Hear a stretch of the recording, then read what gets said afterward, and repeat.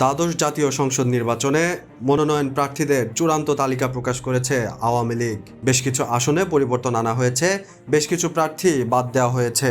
মাগুরা 1 আসন থেকে নৌকার মাঝি হয়েছেন জাতীয় দলের ক্রিকেটার সাকিব আল হাসান এবং ঢাকা 10 আসনে নৌকা প্রতীক পেয়েছেন চিত্রনায়ক ফেরদৌস আহমেদ।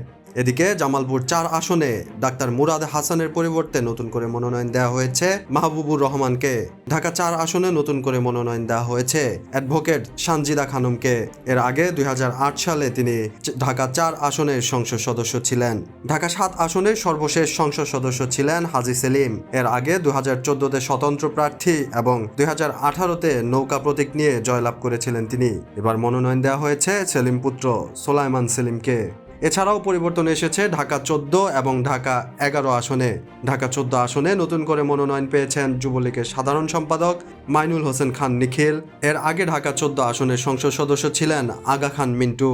ঢাকা 11 আসনে নতুন করে মনোনয়ন দেওয়া হয়েছে ওয়াকিল উদ্দিনকে। এর আগে এই আসনের সংসদ সদস্য ছিলেন রহমতুল্লাহ। কুমিল্লা 1 আসনে নতুন করে মনোনয়ন দেওয়া হয়েছে মোহাম্মদ আব্দুল সবুরকে। এর আগে কুমিল্লা 1 আসনের সংসদ সদস্য ছিলেন সুবেদ আলী ভুইয়া। এদিকে চাঁদপুর 2 আসনে নতুন করে মনোনয়ন দেওয়া হয়েছে মোফাজ্জল হোসেন চৌধুরী মায়াকে। এর আগে মায়া চৌধুরী চাঁদপুর 2 থেকে নৌকা প্রতীক পাননি, তবে দ্বাদশ জাতীয় সংসদ নির্বাচনে নৌকার মাঝি হয়েছেন মায়া। এদিকে চট্টগ্রাম 1 আসনে নতুন করে মনোনয়ন দেওয়া হয়েছে মাহবুব আলম জুয়েলকে। এর আগে তার বাবা ইঞ্জিনিয়ার মোশাররফ হোসেন এই আসনের সংসদ সদস্য ছিলেন। চট্টগ্রাম 2 আসনে নতুন করে মনোনয়ন পেয়েছেন খাদিজাতুল আনোয়ার। চট্টগ্রাম 4 আসনে নতুন করে মনোনয়ন দেওয়া হয়েছে SM আল মামুনকে। এর আগে এই আসনের সংসদ সদস্য ছিলেন দিদারুল আলম। চট্টগ্রাম 5 আসনের নতুন করে মনোনয়ন পেয়েছেন MA সালাম। এদিকে ফরিদপুর 3 আসনে নতুন করে মনোনয়ন দেওয়া হয়েছে আওয়ামী লীগের সভাপতি শামীম হককে। এর আগে এই আসনের সংসদ সদস্য ছিলেন খন্দকার মোশাররফ হোসেন। এদিকে রংপুর 5 আসনে নৌকার মনোনয়ন পেয়েছেন রাশেক রহমান। এর আগে এই আসনের সংসদ সদস্য ছিলেন HM আশিকুর রহমান। পরিবর্তন আনা হয়েছে সুনামগঞ্জের 3টি আসনেও। সুনামগঞ্জ 1 আসনে নতুন করে মনোনয়ন পেয়েছেন রণজিৎ সরকার।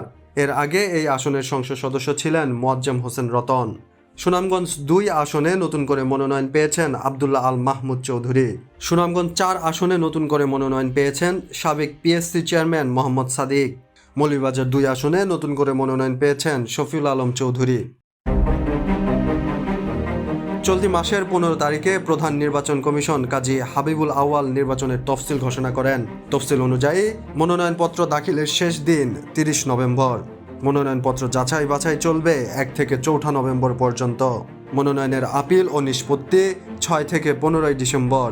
প্রার্থিতা প্রত্যাহারের শেষ তারিখ 17 ডিসেম্বর। প্রতীক বরাদ্দ 18 ডিসেম্বর। নির্বাচনী প্রচারণা চলবে 18 থেকে 5 জানুয়ারি সকাল 8টা পর্যন্ত এবং ভোট গ্রহণ অনুষ্ঠিত হবে 7 জানুয়ারি। মাহদি হাসান, মুসলিম টাইম ডেস্ক।